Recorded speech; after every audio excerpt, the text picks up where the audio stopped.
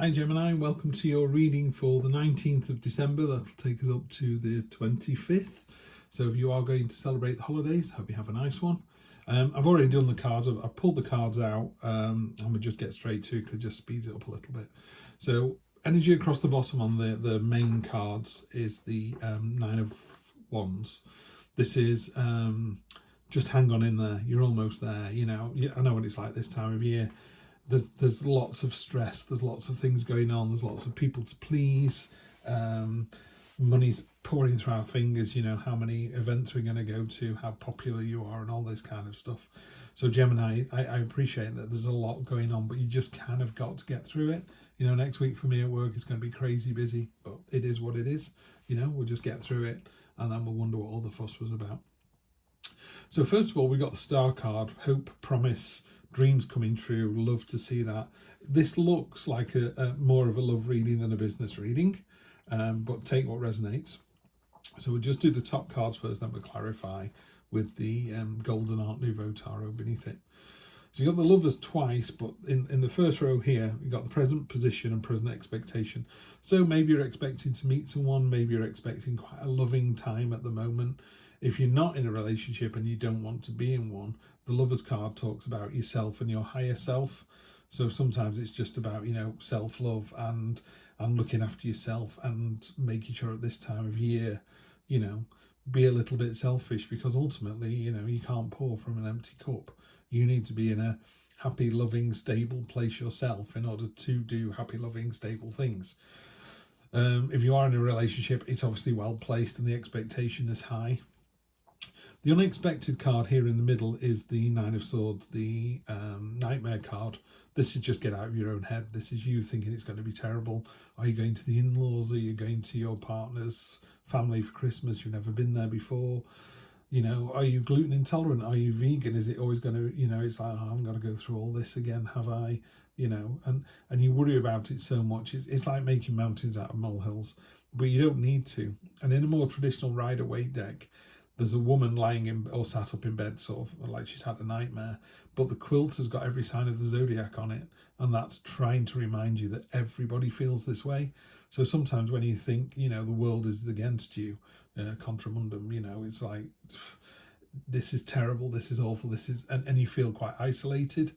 That's not true. You know, just reach out, just offer an olive branch to someone and they'll gladly meet you halfway. Yeah, I'm not seeing there's any kind of loneliness here, but it does just talk about that a little bit there. Short-term future, so basically Monday to Sunday, joyful celebration with the Three of Cups. This is effervescent. It's there's chains underneath those cups, and they are the sort of links of trust that you have with others. You know, this is a real friendly, close-knit group that will do anything for each other. You know, you'd be surprised how much love and support you've got from other people. This is real, genuine, sincere, loving attachment from other people, which is really nice to see. That's your short-term future. And, you know, obviously being human, as soon as I say something like that, you go and put the hoarding card down. This is a status quo card. It's a card of, I'll hang on to what I've got. So these 4 coins here, yeah, you've got hold of them, but they're covered in what's the word? Covered in moss and vines. They're not, you know, the money's not being spent or it's not earning more money. It's not doing anything. So it's a card of hoarding, holding on to what you've got.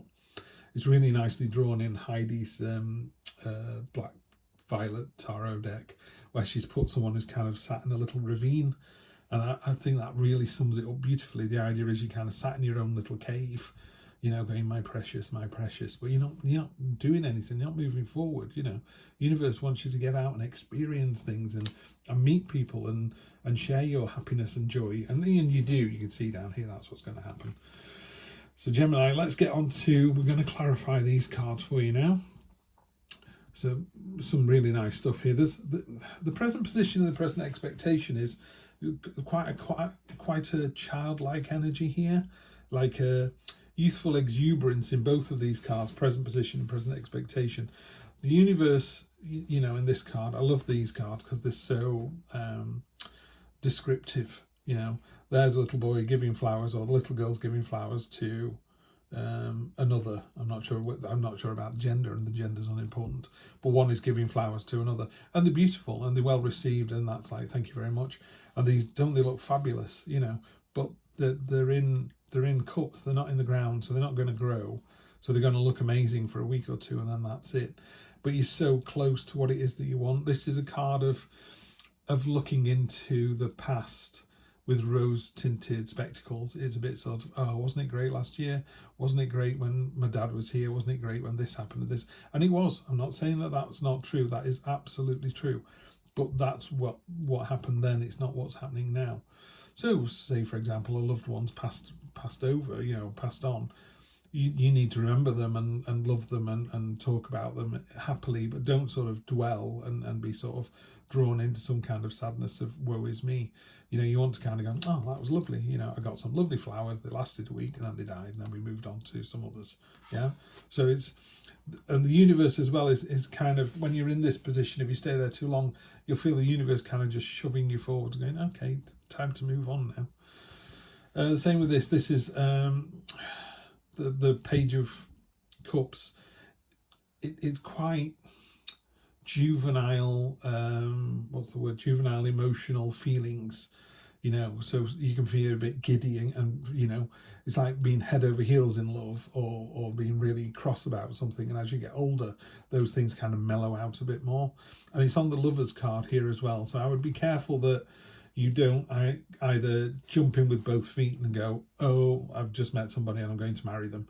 I'm not saying that that's not the case in love at first sight. Believe in that very strongly myself. Very happy with all of that. If that happens to you, that's great. But I would temper it with, you know, you don't introduce yourself and go, hi, I'm Steve, I'd like to marry you, because it's just going to put people off and you're going to come across as a little bit weird. Yeah. So just kind of enjoy the exuberance and the youthfulness of the situation, but temper it with a bit more moderation here, particularly as you've got the Lovers card twice here. I'm going to read this because I was reading this the other night about the Lovers. I thought it was quite interesting, because I always think you should read the cards from the books that go with a particular deck. Otherwise, if you always say the same thing about like the Three of Swords, what's the point of buying more than one deck? So let's see, where are the Lovers? Must be further back. Yeah, they are. They should be there. Right, there you go. A woman and man stand together in the primal garden of bliss. The woman offers the fruit that dispels illusion. Choosing to eat opens the garden gates and lets in the real world. This is the choice that marks the difference between mere infatuation and true love. The lovers choose to want to know one another and to know themselves. That's what this is about. This is a card of infatuation. This is a card of true love. This is a card of immaturity. This is a card of maturity. This is short term. I'm not saying anything's wrong with this, by the way. Don't get me wrong. If you are in a Page of Cups kind of mood, and you're getting carried along by the party and the season and goodwill and all the rest of it, and I don't know, you're just bubbling along going, oh, this is fantastic, this is the person of my dreams. This one's going, that's great, but are you going to commit to this person for the long term? Yeah, you know, otherwise it'll very quickly turn into a nightmare. It really will. And I don't see any negatives. You've got two fantastic cards here for the short term and the long term, just running out to the end of the year.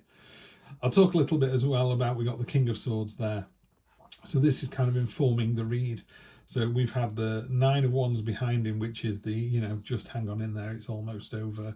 Sometimes it could be like, not another meal, not another party, not more money going out of my bank account. It's like, it's almost over. You know, it is a very intense couple of weeks. King of Swords is very stoic. He's very deliberate. He is very aware of his kind of my way or the highway attitude. He stands, he's sat. He's sat, but it almost looks like a coiled spring on this card. He's sat ready to go. You know, this is someone who is like a coiled spring. Yeah. So that's that energy across the bottom as well. Just be careful you're not sort of over stressing about things. Just go with the flow. I keep trying to sort of just go with the flow here. You know, your dreams are going to come true. Yeah. As long as you take a mature and sophisticated approach to them. Yeah. So someone said, oh, I love you, let's go and live in Antarctica. Really? That could work out for very few of you, maybe one of you. But if it was more sort of, I've had a lovely night, I'd love to see you again in 3 days' time, and they go, I would love to see you again in 3 days' time too. It's great. That's really nice. That's the start of the dream coming true, and it's the sense. It's the I'm really excited to see you again, and there's a maturity there of the lovers as well. So I think that's in a nice sort of flow, I would say. Short-term future, like I say, Monday to Sunday, best card in the deck. There's not a lot to say about this card. This is letting your inner child come to the front. This is joyful celebration, waving the flag. I mean, again, it's a really descriptive card. The look on the kid's face is just overjoyed. The sunflowers are following the procession. It's a win-win-win situation. Again, if you're unclothed in tarot, it's nothing to hide. It's authentic. It's honest. Yeah, it's just a brilliant card. So really, whenever you get the sun card comes out in a reading anywhere, even if it was surrounded by sword cards, it would still lift them all, and it would turn a difficult reading into slightly an easier one. But when you've got a reading like this that's so good, it's just turning a good reading into an excellent one. And then, you know, Steve, you've been saying all that, but I've got the death card. Death card is nothing more than change. Change is inevitable. You cannot do anything about it. The king couldn't stop his death. You know, you know, your ships are coming in. There's a woman here going, but I'm too young, and the bishop is pleading and going, but I've lived a good life, blah, blah, blah. And it's only the child who's going, oh, who's the funny man on the horse? You know, and on this banner here, we've got the symbol of rebirth. And then over here, you've got the sun coming up between the two pillars, which is referenced in the moon card and the high priestess and many others. But, you know, here's the path. This is the path that you're going to go on if you survive this meeting with death. And again, it doesn't mean death. It doesn't mean somebody is going to die. It just means that, how can I put it? Sometimes cards, when they're particularly tens, are the end of a chapter in a book. So maybe you just started reading a book, you're on chapter 3, you've got to the end of chapter 3, it's very exciting, it's a cliffhanger, you're ready to go to chapter 4. That's not the death card. The death card is you've finished the very last of the Harry Potter books. You know, you turn the last page, it was great, it was sad, you cried, you laughed, you know, but that's over. You can't go back and do it again. You can go back and read books as often as you like, but you're never going to get that first time effect, are you, of, oh my god, the first time I read that. No spoilers in tarot, so you'll be fine there. So that's what this card is. It's a very definite ending of something. It kind of clears the way. So the sun comes up. It's harvesting the fields so that we can plant the grain and start all over again. So like the rest of us, it's no surprise that I think we're in for a very intense couple of weeks. You know, there's family, there's lovers, there's partners, there's work issues, and then there's the whole thing about it's all going to start all over again in the new year. Just enjoy this week. Just enjoy the week all the way through to Christmas. If you do celebrate it, happy holidays, and if you don't, have a fantastic time anyway. I will see you for the next one, Gemini. Take care.